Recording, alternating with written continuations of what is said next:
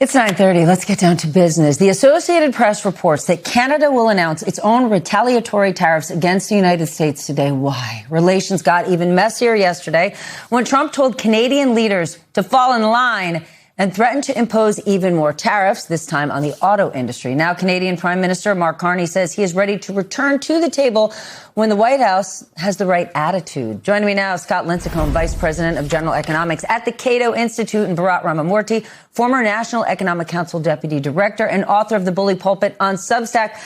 Okay, Scott, both sides, both countries have a tremendous amount to lose in this wildly unnecessary trade war. How do you see it playing out? Well, there's the good news and bad. The good is that the latest tariff salvo from the United States and eventually from Canada are pretty small when you're talking about a bilateral goods trading relationship of about $1 trillion. You're only talking about $40 billion on both sides. That's the good news. So it's relatively contained right now. The bad news is that we all know from how trade wars play out that these things have a way of escalating and spiraling in very unintended ways. And that's before you throw in a guy like Donald Trump or up north, a guy like Doug Ford that love to exacerbate these types of tensions. And you've already seen Trump threaten more retaliation. Fighting the United States is very popular politically in Canada. And I think there's the real risk that what starts out as a relatively small and contained fight becomes something much bigger in the fall, imperiling a really important North American supply chain and economic integration that's good for both countries. Bharat, what do you think? Yeah, I agree with Scott. To put this in context, Canada is our second largest trading partner. We're doing about $900 billion a year in trade with Canada, and that's about double what we do with China, just to give some context to that. And the interesting thing is that the balance of that between imports and exports is about 50-50. So in other words, we import as much from Canada as we export to them. And so, as Scott said, because of the nature of that relationship, when Canada imposes retaliatory tariffs, they have the capacity to do quite a bit of damage to American exporters. So, as Scott said, we're not at that phase of the proceeding right now, but we could easily get there given the rhetoric on both sides here.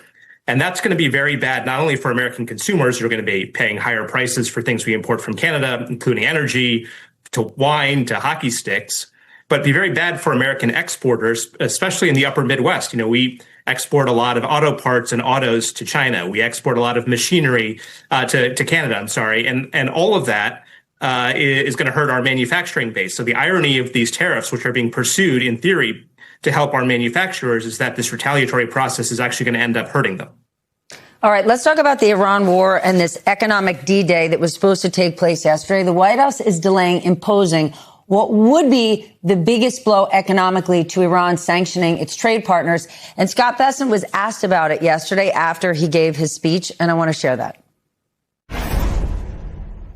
You described this as an economic D-Day, but D-Day wasn't a threat of an invasion, and the U.S. didn't give a timeline to Germany. So why not impose the sanctions today? Well, we are giving everyone the opportunity to remedy bad behavior. Why would I want to blow up the global financial system? We believe that it is important to level set and give people a cure period, but they should know that that will move very quickly and that we are serious. So does that mean that if he followed through with the plan, it would blow up the global economic financial system? And what's your take here, Scott? Well, I hope not. My take is a lot of this is, we got to wait for the details. And I think the biggest detail of all is China. The extent to which the United States actually goes after Chinese banks, Chinese companies for doing business with Iran, the extent to which the United States tries to sanction smuggling, which is a big part of Iran's economy, and the way Iran evades the sanctions, that's all going to matter because the U.S. and China are working on their own big deal right now. You have a big summit coming between Trump and Xi Jinping this fall. And if the United States goes full bore against China with these sanctions, then all that collapses. You have a U.S.-China trade war, and it gets very messy there. So you got to wait to see really what the United States is proposing. What do you think, Barack?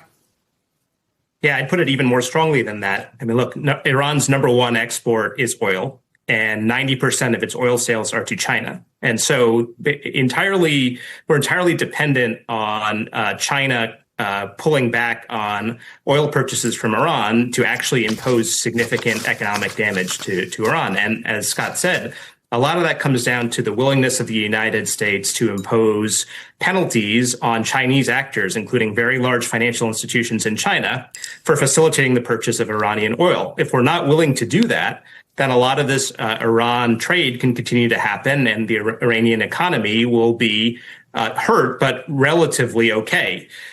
If we're really going to talk about D-Day, it's going to mean going after Chinese financial institutions and large Chinese actors and risking retaliation from China. And do we want to do that on the brink of the summit? But also, more significantly, that's the underpinning of a lot of global economic trade, the financial flows in the global economic system.